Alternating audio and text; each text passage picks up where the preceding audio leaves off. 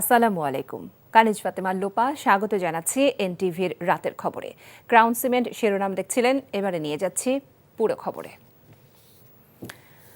বুয়েট ছাত্র আবরার ফাহাদ হত্যা মামলায় ২০ আসামির মৃত্যুদণ্ড এবং ৫ জনের যাবজ্জীবন কারাদণ্ড বহাল রেখেছে হাইকোর্ট। বিচারপতি এ.কে.এম. আসাদুজ্জামান ও বিচারপতি সৈয়দ এনায়েত হোসেনের দ্বৈত বেঞ্চ আজ এই রায় ঘোষণা করেন। রায়ের প্রতিক্রিয়ায় অ্যাটর্নি জেনারেল জানালেন, সবাই যে আইনের অধীন তা প্রমাণ হলো। আর আবরার ফাহাদের বাবা বললেন, তাদের ছেলের মতো এমন করুণ মৃত্যু আর কোনো শিক্ষার্থী যেন না হয়। রিপোর্টে আরও জানাচ্ছেন হাসান জাবেদ। বুয়েটের তড়িৎ ও ইলেকট্রনিক্স প্রকৌশল বিভাগের দ্বিতীয় বর্ষের ছাত্র আবরার ফাহাদ হত্যার ঘটনা দেশ বিদেশে চাঞ্চল্যের সৃষ্টি করে। এই ঘটনার বিচারের দাবিতে উত্তাল হয়ে উঠেছিল বুয়েট ক্যাম্পাস। ঘটনার ২ বছর পর ঢাকার দ্রুত বিচার ট্রাইব্যুনাল ২০ আসামিকে মৃত্যুদণ্ড এবং ৫ জনকে যাবজ্জীবন সাজা দেয়। এরপর হাইকোর্টে ডেথ রেফারেন্স, জেল আপিল ও আপিলের দীর্ঘ শুনানি শেষে রোববার রায় ঘোষণা করে আদালত। এ সময় আদালত কক্ষে আবরারের বাবা, ভাই এবং আসামিদের স্বজনরা উপস্থিত ছিলেন। ২০ জনের নিম্ন আদালত ফাঁসি দিয়েছিলেন, ৫ জনের যাবজ্জীবন দিয়েছিলেন এবং সেটা বহাল আছে। গোটা জাতি ন্যায় বিচার পেয়েছে এবং এই ধরনের রায়ের মধ্য দিয়ে একটি রাষ্ট্র এবং সমাজ ব্যবস্থায় ডিসিপ্লিন আনার জন্য, ন্যায় বিচার নিশ্চিত করার জন্য যে ধারণা, বিচার বিভাগের যে ধারণা, সেই ধারণাটা প্রতিষ্ঠিত হয়েছে আবারও। রায়ে ন্যায় বিচার পেয়েছেন বলে জানান আবরারের বাবা এবং ভাই। বললেন, স্বজন হারানোর বেদনা কোনোদিন ভুলতে না পারলেও আসামিদের সাজা দ্রুত কার্যকর হলে কিছুটা হলেও সেই দুঃখ লাঘব হবে। আমরা চাই যাতে দ্রুত এই রায়টা কার্যকর হয়, সেই জন্য এটা ব্যবস্থা করা হয়। ভবিষ্যতে যাতে আপনার মধ্যে যাতে আর কোনো ছাত্র কারোর বাপ মা যেন এইভাবে অবশ্যই আমরা সবসময় চাই যাতে অন্তত যে পরিণতি একবার আবরার ফাহাদের হয়েছে তা যাতে আর কোনো অবস্থাতেই যাতে আর কোনো শিক্ষার্থী যাতে না হয়, এটা যে কোনো পরিস্থিতিতেই যেন নিশ্চিত করার জন্য অবশ্যই আমরা চাবো যাতে সরকার এবং যারা ছাত্র সংগঠনগুলো আছে তারা যাতে এই জিনিসটা নিশ্চিত করে যাতে আর কারোর পরিণতি একরকমের না হয়। ২০১৯ সালের ৬ অক্টোবর বুয়েটের শেরেবাংলা হলে তৎকালীন সরকার সমর্থক ছাত্র সংগঠন ছাত্রলীগের নেতাকর্মীদের হাতে নিহত হন আবরার ফাহাদ। এই ঘটনায় আবরারের বাবা চকবাজার থানায় হত্যা মামলা করেন। ২০২১ সালের ৮ই ডিসেম্বর রায় দেয় বিচারিক আদালত। এই মামলায় মৃত্যুদণ্ডপ্রাপ্ত ৪ আসামি এখনও পলাতক। দেশের আলোচিত আবরার ফাহাদ হত্যার পর নিম্ন আদালত হয়ে হাইকোর্ট পর্যন্ত রায় পেতে সময় লেগেছে ৫.৫ বছর। তারপরও তার পরিবার এবং সহপাঠীরা বলছেন, দীর্ঘ সময় পরও তারা ন্যায় বিচার পেয়েছেন। এখন বাকি আইনি প্রক্রিয়া শেষে দ্রুত যেন আসামিদের শাস্তি নিশ্চিত করা হয়, সে প্রত্যাশাই তাদের। Hasan Jabed, NTV news, Bangladesh supreme court, Dhaka. এদিকে রায় শুনে কান্নায় ভেঙে পড়েন আবরার ফাহাদের মা রোকেয়া খাতুন। হত্যাকাণ্ডে পলাতক আসামিদের গ্রেফতার করে দ্রুত রায় কার্যকরের দাবি জানিয়েছেন তিনি। দুপুরে কুষ্টিয়ার শহরে নিজ বাড়িতে তিনি একথা বলেন।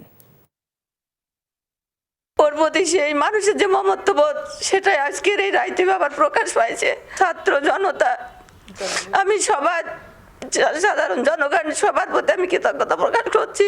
৩ জন আসামি পলাতক, আর একজন ইতিমধ্যে পালাইছে। তাদের জন্য এখন আমার অনুরোধ থাকবে এই বর্তমান সরকারের কাছে, এদেরকে যেন দ্রুত সময়ের মধ্যে ধরে এদের জন্য বিচারের আওতায় এনে এদের যে রায় আছে রায়টা যেন কার্যকরী করা হয়। যে কোনো মূল্যে গুম খুনের সাথে জড়িতদের বিচার করতে হবে মন্তব্য করে বিএনপির ভারপ্রাপ্ত চেয়ারম্যান তারেক রহমান বলেছেন, ক্ষমতায় গেলে প্রতিটি ঘটনার সুষ্ঠু বিচার হবে। যারা গুম খুনের শিকার হয়েছেন তিনি নিজেও তাদের অংশ উল্লেখ করে তারেক রহমান বলেন, তাকেও আয়নাঘরে রাখা হয়েছিল। ইমরুল হাসানের রিপোর্ট। স্বৈরাচার শেখ হাসিনা সরকারের আমলে গুম খুনের শিকার পরিবার ও ২৪-এর গণঅভ্যুত্থানের শহীদ পরিবারের সদস্যদের সাথে রোববার ইফতার করে আমরা বিএনপি পরিবার। অনুষ্ঠানে লন্ডন থেকে অনলাইনে যুক্ত হন বিএনপির ভারপ্রাপ্ত চেয়ারম্যান। ইফতারের আগে ক্ষতিগ্রস্ত পরিবারের সদস্যদের ঈদ উপহার তুলে দেওয়া হয়। এ সময় তারেক রহমান বলেন, রাজনৈতিক অধিকার প্রতিষ্ঠা করতে গিয়ে গুম খুন আর নির্যাতনের শিকার হয়েছে বিরোধী নেতাকর্মীরা। বলেন, তিনিও আয়নাঘরের নির্যাতনের শিকার। এখানে অনেকেই আমরা আছি যারা আমরা আয়নাঘর থেকে ঘুরে এসেছি, অনেকেই আমরা আছি যারা আমরা আয়নাঘরে অত্যাচারিত হয়েছি। আমি এবং আমার ভাই, যে ছোট ভাইটিকে আমি হারিয়েছি, আমরা উভয় ভাই কিন্তু আপনাদেরই অংশ, যারা গুম হয়েছেন, গুমের নির্যাতিত হয়েছেন, গুমের শিকার হয়েছেন। আয়নাঘর নামক যেই জায়গাটি তৈরি করা হয়েছিল, সেই জায়গাটাতে বর্তমান অন্তর্বর্তীকালীন সরকার প্রধান সহ অন্যরা গিয়েছিল, সেখানে হুম্মাম কাদেরও ছিল। সেখান থেকে আসার পরে হুম্মাম আমাকে কিছু বিষয় বলছিল। তখন হুম্মাম আমাকে বলল যে ভাইয়া, আপনাকে যেই ঘরে রাখা হয়েছিল আমাকেও সেই একই ঘরে রাখা হয়েছিল। আওয়ামী লীগের আমলে সংগঠিত গুম খুনের বিচার হতে হবে মন্তব্য করে তারেক রহমান বলেন, এমন অন্যায়ের বিচার না হলে আবারও ঘটবে গুম খুনের মতো ঘটনা। এই অন্যায়ের যে হয়েছে সেই অন্যায়ের বিচারগুলো করতে হবে, যে কোনো মূল্যে সুষ্ঠুভাবে এই বিচার হতে হবে। আগামী দিনে আমরা যদি অন্যায়ের বিচারগুলো করতে না পারি, অন্যায়ের সঠিক সুষ্ঠু বিচার যদি না হয়, হয়তোবা দেশে আবারও অন্যায় সংগঠিত হতে পারে। আমাদের দলের অবস্থান থেকে আমরা পরিষ্কারভাবে এটি বলতে পারি যে বিএনপি বাংলাদেশ জাতীয়তাবাদী দল, তাকে যদি বাংলাদেশের মানুষ আগামী দিনে সুযোগ দেয় দেশ পরিচালনার, তাহলে অবশ্যই বিভিন্নভাবে যাদেরকে হত্যা করা হয়েছে সেই হত্যাগুলোরও বিচার অবশ্যই ইনশাল্লাহ আমরা করব। মানুষ ভোটের অপেক্ষায় আছে মন্তব্য করে তারেক রহমান বলেন, নির্বাচনের মাধ্যমে জনগণ সিদ্ধান্ত নেবে কোন দল সরকার গঠন করবে। কম বেশি মুক্ত। Imrul Ahsan, NTV news, Dhaka. নির্বাচন যত বিলম্ব হবে, ফ্যাসিস্টদের সাথে জঙ্গিবাদের শক্তি সুযোগ নেওয়ার চেষ্টা করবে বলে মন্তব্য করেছেন বিএনপি মহাসচিব মির্জা ফখরুল ইসলাম আলমগীর। আর বিএনপির দুজন স্থায়ী কমিটির সদস্য মির্জা আব্বাস ও আমির খসরু মাহমুদ চৌধুরী বলেছেন, নির্বাচিত রাজনৈতিক সরকারই আগামীর রাষ্ট্র সংস্কার করবে। রাজধানীতে আলাদা অনুষ্ঠানে তারা এসব কথা বলেন। মেজবাহ হাসানের রিপোর্ট। জাতীয় প্রেস ক্লাবে ফেডারেল সাংবাদিক ইউনিয়ন ও ঢাকা সাংবাদিক ইউনিয়ন আয়োজিত ইফতার মাহফিলে কথা বলেন বিএনপির মহাসচিব মির্জা ফখরুল ইসলাম আলমগীর। দেশে যে বর্তমান ভয়াবহ পরিবেশ বিরাজ করছে, নির্বাচনের মাধ্যমেই এর সমাধান সম্ভব বলে জানান তিনি। দ্রুত জাতীয় সংসদ নির্বাচনের দিকে যাবেন। যত দেরি হবে তত বেশি আবার ফ্যাসিস্ট শক্তিরা আবার মাথা চালাতে উঠতে শুরু করেছে ইতিমধ্যে। এবং তারা শুধু নয়, একই সঙ্গে আপনার যারা জঙ্গি মনোভাব নিয়ে থাকেন, যারা উগ্র মনোভাব নিয়ে থাকেন, তারাও কিন্তু একই সঙ্গে এই সুযোগগুলো নেওয়ার চেষ্টা করছে। বিএনপির স্থায়ী কমিটির সদস্য মির্জা আব্বাস ঢাকা মেডিকেলে এক ইফতারে বলেন, কতিপয় বুদ্ধিজীবীদের পরামর্শে ধ্বংসের মুখে রয়েছে দেশ। জাতীয় যে 6টি সংস্কার কমিটি রয়েছে, ওদের কলমের কোনো সংস্কার আমরা সহজে মেনে নেব না, আমরা কারেকশন করব। কিন্তু ওই সমস্ত তথাকথিত বুদ্ধিজীবী, আমদানিকৃত লোক, যারা এই দেশের নাগরিক পর্যন্ত নয়, তাদেরকে দিয়ে আপনারা করবেন, আমরা মেনে নেব, এটা কিন্তু ঠিক না। এদিকে কাকরাইলে শিক্ষক কর্মচারী ঐক্য পরিষদের অনুষ্ঠানে স্থায়ী কমিটির সদস্য আমির খসরু মাহমুদ চৌধুরী বলেন, শিক্ষায় সংস্কারের জন্য ও দুর্নীতি দূর করতে জাতীয় নির্বাচনের বিকল্প নেই। শুধু পুলিশ আর সরকারি কর্মকর্তারা কোনো পরিবর্তন আনতে পারবে না। এই জন্য একটা নির্বাচিত সরকারের সমর্থন, রাজনৈতিক ওয়েট, রাজনৈতিক মোবিলাইজেশন প্রয়োজন আছে। যেখানে দুর্নীতির মাধ্যমে, দোসরদের মাধ্যমে এখনো শিক্ষা ব্যবস্থা নিয়ন্ত্রিত হচ্ছে, সেখান থেকে মুক্ত হওয়ার জন্য আপনাদেরকে সবল সঠিক অবস্থান রাখতে হবে। বাংলাদেশ মেডিকেল বিশ্ববিদ্যালয়ে জাতীয়তাবাদী শিক্ষক, চিকিৎসক, কর্মচারী, নার্স, কর্মকর্তাদের ইফতার মাহফিলে অংশ নেন বিএনপিপন্থী চিকিৎসক ও কর্মচারীরা। Mezbah Hasan, NTV news, Dhaka. বিশ্বের বৃহত্তম সৌর প্যানেলের মাতা প্রতিষ্ঠান লংগি সৌর বিদ্যুৎ উৎপাদনে বাংলাদেশে বিনিয়োগ এবং অফিস স্থাপনের সিদ্ধান্ত নিয়েছে বলে জানিয়েছেন ঢাকায় নিযুক্ত চীনা রাষ্ট্রদূত ইয়াও ওয়েন। আজ রাষ্ট্রীয় অতিথি ভবন যমুনায় প্রধান উপদেষ্টা অধ্যাপক ডক্টর ইউনুসের সঙ্গে সাক্ষাতে চীনা রাষ্ট্রদূত একথা জানান। প্রধান উপদেষ্টার আমন্ত্রণে গত ডিসেম্বরে চীনের শীর্ষস্থানীয় কয়েকটি সৌর প্যানেল নির্মাতা প্রতিষ্ঠানের প্রতিনিধিরা বাংলাদেশ সফর করেন। সে সময় তারা বাংলাদেশে বিনিয়োগের সম্ভাবনা খতিয়ে দেখেন। বাংলাদেশকে ম্যানুফ্যাকচারিং হাব হিসেবে গড়ে তোলার পরিকল্পনার অংশ হিসেবে অধ্যাপক ইউনুস চীনা কোম্পানিগুলোকে তাদের উৎপাদন কারখানা বাংলাদেশে স্থানান্তরের আহ্বান জানিয়েছিলেন। রাষ্ট্রদূত ইয়াও ওয়েন জানান, বাংলাদেশের সফরকারী দুটি প্রতিষ্ঠান বাংলাদেশে তাদের অফিস ও কারখানা স্থাপনের সিদ্ধান্ত নিয়েছে। আগামী ২৬ মার্চ প্রধান উপদেষ্টা ডক্টর মোহাম্মদ ইউনূস ৪ দিনের সফরে চীন যাচ্ছেন বলে জানিয়েছেন প্রধান উপদেষ্টার প্রেস সচিব শফিকুল আলম। গত ৭ মাসে বাংলাদেশে চীনের ব্যবসায়ীরা সবচেয়ে বেশি বিনিয়োগ করেছেন বলেও তিনি জানান। আজ রাজধানীর ফরেন সার্ভিস একাডেমিতে আয়োজিত নিয়মিত সংবাদ সম্মেলনে তিনি এ তথ্য জানান। স্বল্পোন্নত দেশ হিসেবে উত্তরণের ফলে বাংলাদেশ আর্থিকভাবে ক্ষতিগ্রস্ত হবে বেসরকারি গবেষণা সংস্থা সিপিডির এমন মতামত সঠিক নয় বলে মন্তব্য করেন প্রধান উপদেষ্টার প্রেস সচিব। আর প্রধান উপদেষ্টার উপ প্রেস সচিব আজাদ মজুমদার জানান, ঢাকা বিশ্ববিদ্যালয়ে অধিভুক্ত ৭ কলেজকে নিয়ে নতুন বিশ্ববিদ্যালয়ের নামকরণ হচ্ছে ঢাকা সেন্ট্রাল ইউনিভার্সিটি। এছাড়া আইন শৃঙ্খলা পরিস্থিতির উন্নয়নে সোমবার মাঠ পর্যায়ের পুলিশ কর্মকর্তাদের সাথে প্রধান উপদেষ্টার বৈঠক করবেন বলেও জানানো হয়েছে। 2005-এ যখন কোটা ফ্রি ওয়ার্ল্ড হলো, গার্মেন্টসের ক্ষেত্রে বাংলাদেশ কিন্তু বেনিফিটেড হয়েছে। এলডিসি গ্র্যাজুয়েশন হলে বাংলাদেশ আরও বেনিফিটেড হবে এবং সেইখানে যদি যে সমস্ত চ্যালেঞ্জেস আসতে পারে আমরা ধারণা করছি, সেই চ্যালেঞ্জকে ওভারকাম করার জন্য যা যা করার দরকার ইন্টারিম গভর্নমেন্ট সেই কাজগুলো করছে এবং করবে। বিশ্ববিদ্যালয়ের একটা নাম প্রস্তাব করা হয়েছে, যেখানে বিভিন্ন কলেজের 7টা কলেজের ছাত্র প্রতিনিধিরা সম্মতি দিয়েছেন। এই বিশ্ববিদ্যালয়টার নাম হবে, প্রস্তাবিত নাম ঢাকা সেন্ট্রাল ইউনিভার্সিটি। ধর্ষণ শব্দটি এড়িয়ে চলার বিষয়ে ডিএমপি কমিশনার শেখ মোহাম্মদ সাজ্জাদ আলীর মন্তব্যের তীব্র নিন্দা জানিয়েছে প্রধান উপদেষ্টার কার্যালয়। রাতে প্রধান উপদেষ্টার প্রেস উইংয়ের বিবৃতিতে বলা হয়, ধর্ষণই তা ৮ বছর বয়সী বা ৮০ বছর বয়সী যে কোনো বৃদ্ধার বিরুদ্ধেই করা হোক না কেন, এই ধরনের জঘন্য অপরাধকে তার যথাযথ নামেই ডাকা উচিত। অন্তর্বর্তীকালীন সরকার বাংলাদেশের কোনো নাগরিকের বিরুদ্ধে কোনো ধরনের সহিংসতা সহ্য করবে না। এর আগে শনিবার ঢাকা মহানগর পুলিশ কমিশনার শেখ মোহাম্মদ সাজ্জাদ আলী ধর্ষণ শব্দটি ব্যবহার না করে নারী নির্যাতন বা নারী নিপীড়ন শব্দ ব্যবহারের অনুরোধ করেছিলেন। রাজধানীতে গণপরিবহনে নারীদের নিরাপত্তা নিশ্চিতে হেল্প অ্যাপের উদ্বোধন অনুষ্ঠানে তিনি একথা বলেন।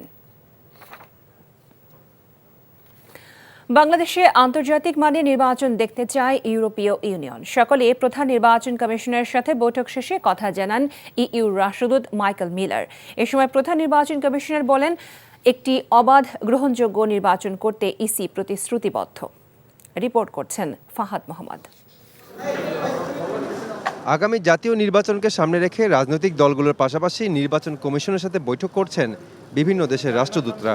রোববার সকালে প্রধান নির্বাচন কমিশনারের সাথে বৈঠক করেন ইউরোপীয় ইউনিয়নের রাষ্ট্রদূত। সাথে ছিলেন আরও 4 সদস্যের প্রতিনিধি দল। 1.5 মাসের মধ্যে প্রধান নির্বাচন কমিশনারের সাথে এটি তার দ্বিতীয় বৈঠক। বৈঠক শেষে ইইউ রাষ্ট্রদূত বলেন, আগামী নির্বাচনে সব ধরনের সহায়তা করতে চায় তারা। শুধু নির্বাচনই নয়, বাংলাদেশের যে কোনো উন্নয়নের অংশীদার হিসেবে পাশে থাকবে EU. The European Union will support the conduct of elections in this country in line with international standards, and we will do this with a significant financial package as well as offering our experience and expertise, and that this extends as well to an offer to deploy an election observation mission should that be the wish of the authorities here in Bangladesh. এই সময় CEC বলেন, নির্বাচনী agent পর্যবেক্ষকদের প্রশিক্ষণ নিয়ে সহায়তা চাইতে পারে EC. একটি সুষ্ঠু নির্বাচন করার বিষয়ে নির্বাচন কমিশন প্রতিশ্রুতিবদ্ধ বলেও জানায় সিইসি। যে ধরনের সাহায্য আপনাদের দরকার হবে এই ইলেকশনের জন্য আমরা করতে প্রস্তুত আছি। এবং ওরা বলছে যে শুধুমাত্র ইলেকশন কমিশন নয়, বাংলাদেশের সাথেই ওনারা বাংলাদেশের উন্নয়নে ওনারা অবদান রাখতে চান। ওনারা ফ্রি ফেয়ার ক্রেডিবল ইলেকশন চান, যেটা আমাদেরও ওয়াদা, জাতির প্রতি ওয়াদা, এটা আমরাও চাই। নিরপেক্ষভাবে আমরা ইসি কাজ করবো, এটা তো আমরা ঘোষণা দিয়েছি, আপনারা সব জানেন। এবং আমরা তো খুব ট্রান্সপারেন্ট হতে কাজ করছি। অতীতের নির্বাচনের মতো এবারের নির্বাচনে কোনো ধরনের ভুল ত্রুটি বা সংশয়ের কোনো আশঙ্কা নেই বলেও জানান প্রধান নির্বাচন commissioner. Fahad Mohammad, NTV news, Dhaka. চট্টগ্রামে পুলিশকে গুলি করে পালিয়ে যাওয়া, প্রকাশ্যে থানার ওসিকে পেটানোর হুমকি সহ ট্রিপল মার্ডারের মতো ঘটনায় তালিকাভুক্ত শীর্ষ সন্ত্রাসী সাজ্জাদ হোসেনকে 7 দিনের রিমান্ডে পাঠিয়েছে আদালত। চট্টগ্রাম মেট্রোপলিটন ম্যাজিস্ট্রেট আদালত এই আদেশ দেয়। আর এমন ঘটনা যারা ঘটিয়েছে তাদের ছাড় দেওয়া হবে না এমন হুমকি দিয়ে সামাজিক যোগাযোগের মাধ্যমে সাজ্জাদের স্ত্রী বলেছেন, বান্ডেল বান্ডেল টাকা ঢেলে স্বামীকে ছাড়িয়ে আনা হবে। চট্টগ্রামের আরিজ আহমেদকে সাথে নিয়ে আরও জানাচ্ছেন নাহিদ প্রিন্স। শনিবার স্ত্রীকে সঙ্গে নিয়ে রাজধানীর বসুন্ধরা সিটি শপিং কমপ্লেক্সে ঈদ উপলক্ষে কেনাকাটা করতে বের হন পুলিশের তালিকাভুক্ত সন্ত্রাসী সাজ্জাদ হোসেন ওরফে ছোট সাজ্জাদ। সেখানে চট্টগ্রামের কিছু ব্যক্তি তাকে চিনতে পেরে পুলিশকে জানালে গ্রেপ্তার করা হয় তাকে।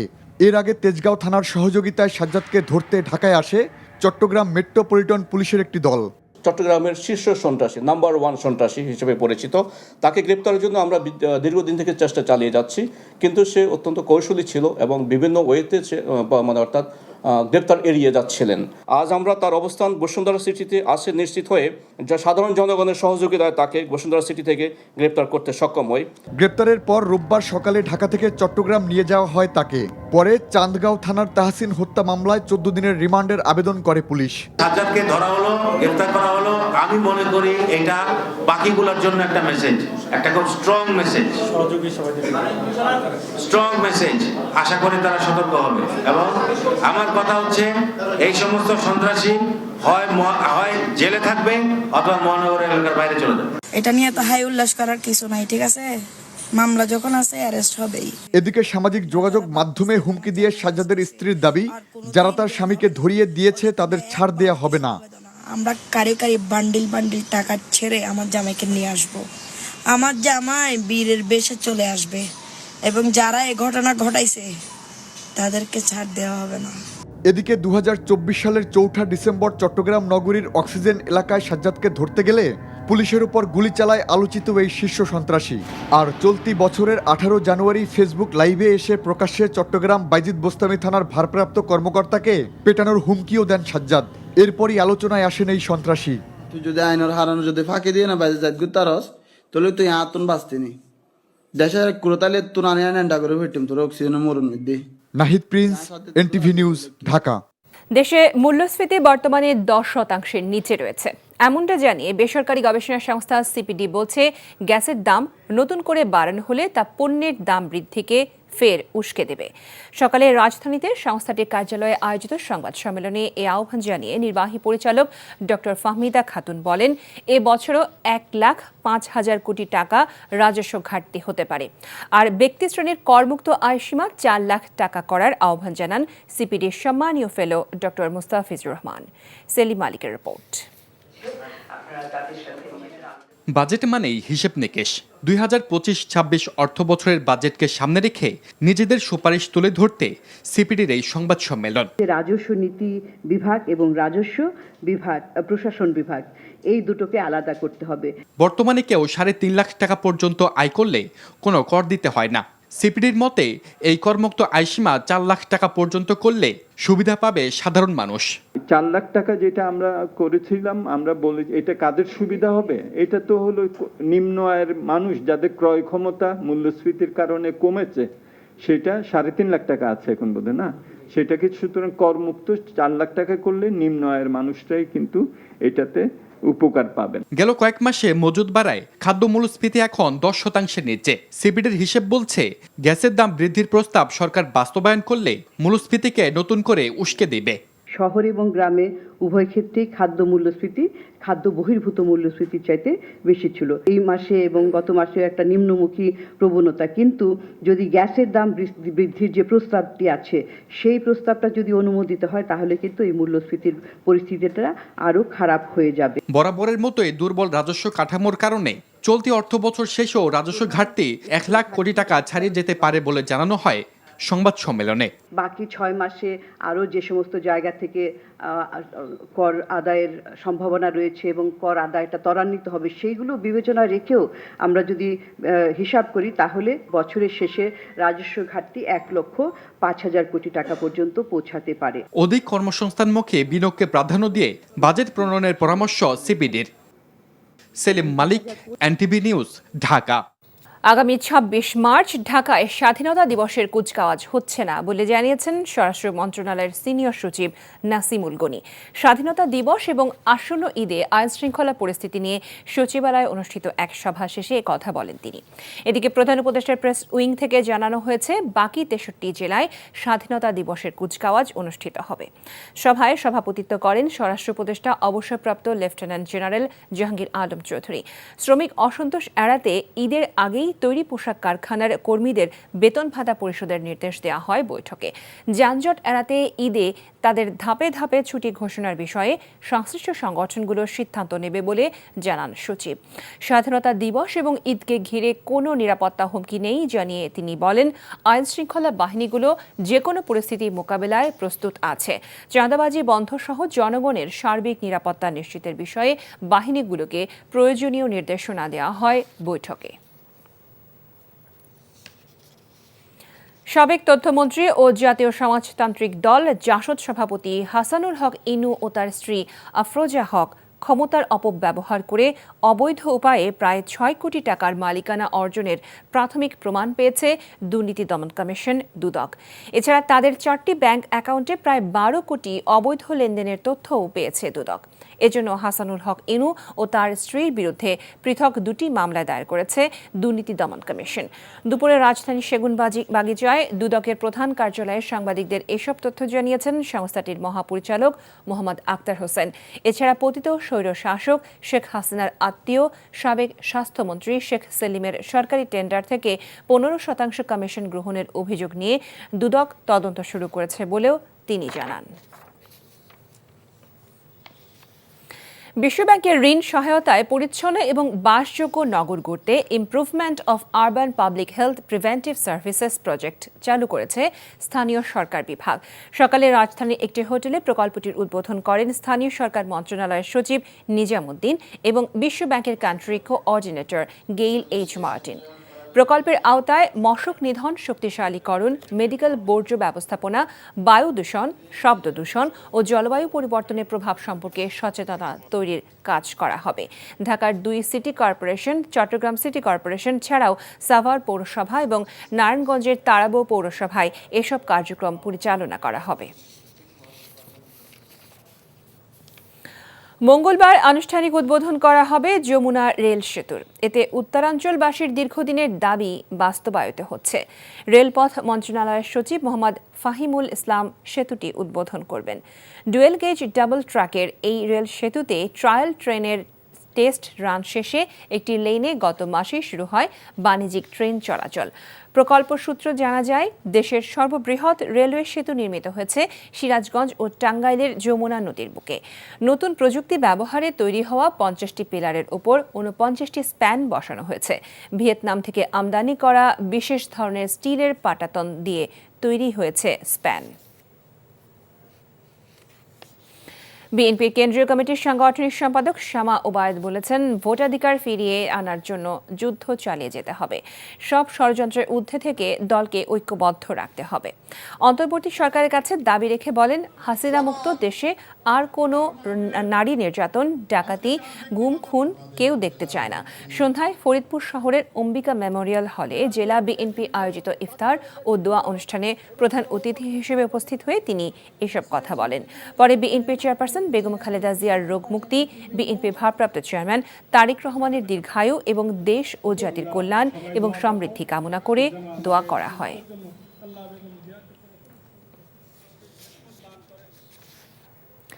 সম্প্রতি বিভিন্ন মিডিয়ায় প্রচারিত নারায়ণগঞ্জের রূপগঞ্জের কায়েতপাড়া ইউনিয়নের বিএনপির একাংশের সংবাদ সম্মেলনে দেয়া বক্তব্য প্রত্যাহার করে পুনরায় সংবাদ সম্মেলন করা হয়েছে। সকালে নারায়ণগঞ্জের রূপগঞ্জ উপজেলার কায়েতপাড়ার পূর্বগ্রামে দলীয় কার্যালয়ে সংবাদ সম্মেলনে রূপগঞ্জ উপজেলা যুবদলের যুগ্ম আহ্বায়ক আজিম সরকার সাংবাদিকদের জানান, নারায়ণগঞ্জ জেলা স্বেচ্ছাসেবক দলের আহ্বায়ক মাহবুবুর রহমান ও রূপগঞ্জ উপজেলা স্বেচ্ছাসেবক দলের সদস্য সচিব আলী আহমদের বিরুদ্ধে ভুল তথ্যের ভিত্তিতে কিছু অভিযোগ তুলে বক্তব্য প্রদান করা হয়, যা ছিল অভ্যন্তরীণ ভুল বোঝাবুঝি। প্রকৃতপক্ষে মাহবুবুর রহমান ও আলী আহমেদ ওই অভিযোগের সাথে সম্পৃক্ত নন। সাভারে সেনাবাহিনীর মেজর পরিচয়ে চাঁদাবাজির অভিযোগে এক ভুয়া মেজর সহ দুজনকে গ্রেফতার করেছে পুলিশ। দুপুরে সাভার মডেল থানার সংবাদ সম্মেলনে ওসি জুয়েল মিয়া জানান, মর্জিনা ইয়াসমিন ডলি একটি এনজিও পরিচালনা করেন। সেনাবাহিনীর মেজর পরিচয় দিয়ে AKM আমিনুর রহমান তাকে নানাভাবে ভয়ভীতি প্রদর্শন এবং 10 লাখ টাকা চাঁদা দাবি করেন। এর মধ্যে 1,70,000 টাকা আদায় করে অবশিষ্ট টাকা দেওয়ার জন্য ভয়ভীতি দেখালে ওই নারী বিষয়টি পুলিশকে জানান। গতকাল সাভারের মজিদপুর এলাকা থেকে সেনাবাহিনী ক্যাম্প, স্পেশাল সিকিউরিটি ফোর্সের লোগো বিশিষ্ট স্টিকার, একটি প্রাইভেট কার ও বিভিন্ন সরঞ্জাম সহ ভুয়া মেজর এবং তার এক সহযোগীকে গ্রেফতার করে পুলিশ।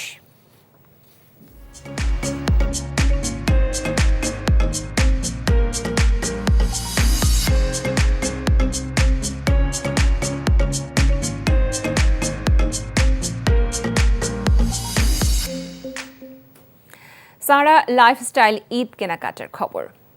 ঈদ উৎসবে নতুন পোশাক পরার রীতি বাঙালির ঐতিহ্যের অংশ। দিন যতই গড়াচ্ছে ততই ঘনিয়ে আসছে ঈদের আমেজ। শপিং মল ও বিপণী বিতানগুলোতে এখন তোড়জোড় নিজের ও পরিবারের সদস্যদের জন্য পছন্দসই জামা কাপড় কেনার। বিক্রেতারা ব্যস্ত ক্রেতার কাছে নতুন ডিজাইনের কাপড় বিক্রিতে। সাদরিনা খন্দকারের রিপোর্ট।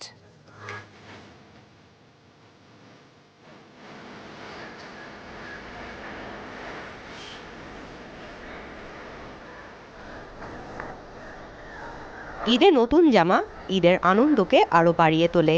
শিশু থেকে শুরু করে বিভিন্ন বয়সী মানুষ ব্যস্ত নতুন জামা কেনাকাটায়।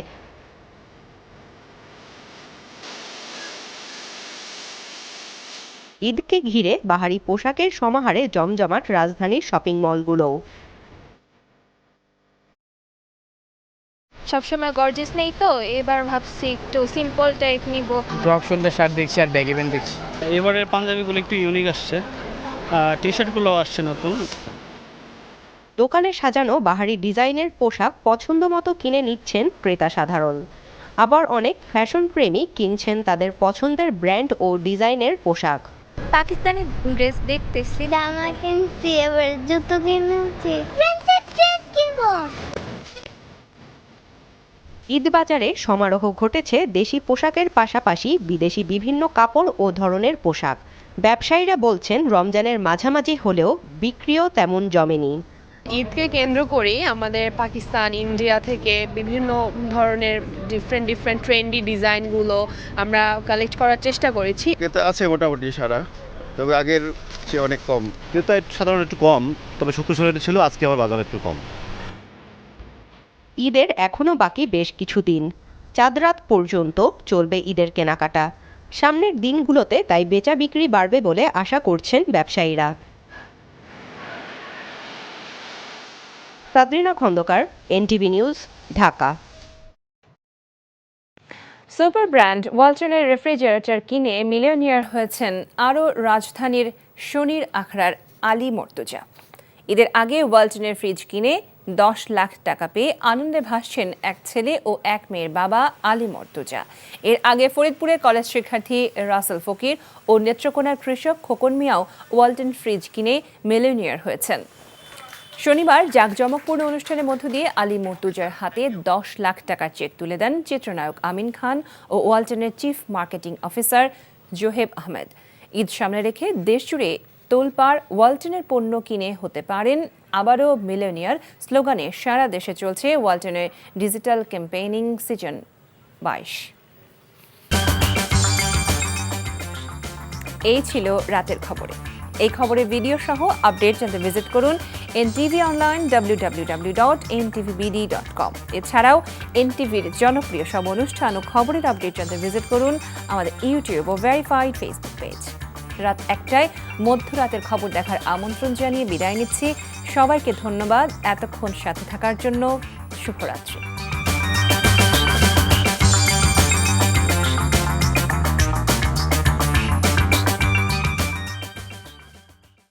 এই ঈদে জামা জুতো অ্যাক্সেসরিজের ডিসকাউন্ট।